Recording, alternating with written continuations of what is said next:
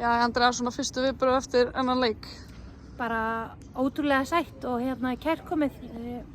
Kannski óþarfi að halda þessu svona spennandi undir lokin en 3 stig er 3 stig og við erum mjög sáttar. Hvað gerðist á þessum 10 mínútna kafla þarna í upphafi? Hvernig leið þér inn á vellinum? Í stöðunni 2-1. Já.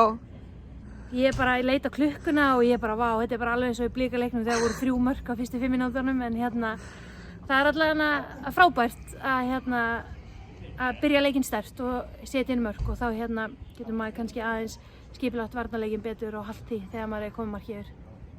Svona upplæggi fyrir þennan leik, ætluðu þið að pressa þær hátt? Þið voru svolítið að éta þær svona inn á miðjunni, var það planið?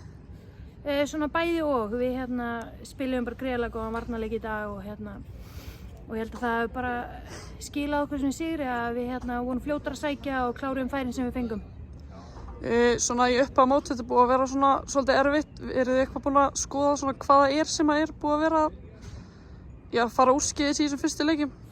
Já, við erum búin að liggja á mörgum fundum og reyna að finna lausnir og við greinlega fundum það í dag og það var bara kannski fyrst og fremst bara hausinn sem þurfti að skrúa rétta og leikmenn gerðu það í dag og það bara til fyrirmyndar. Svona liðið núna versus kannski fyrra, er það á svipuðum getilega sér finnst þér? Já, ég myndi segja það. Þú veist, það eru þetta mikla breytingar en bara gríðarlega ungar og efnilegar leikmenn sem að stíga upp og ásamt leikmennum sem hafa verið áður að stíga upp og úr því sem kom það verður bara hrikalega sterkt lið og bara bjartur tíma framöndan. Breiðablik bikarnum í næsta leik, hvernig leggst það í ykkur? Bara get ekki beðið, ég að telja niður þetta, þá verður hörkuleikur.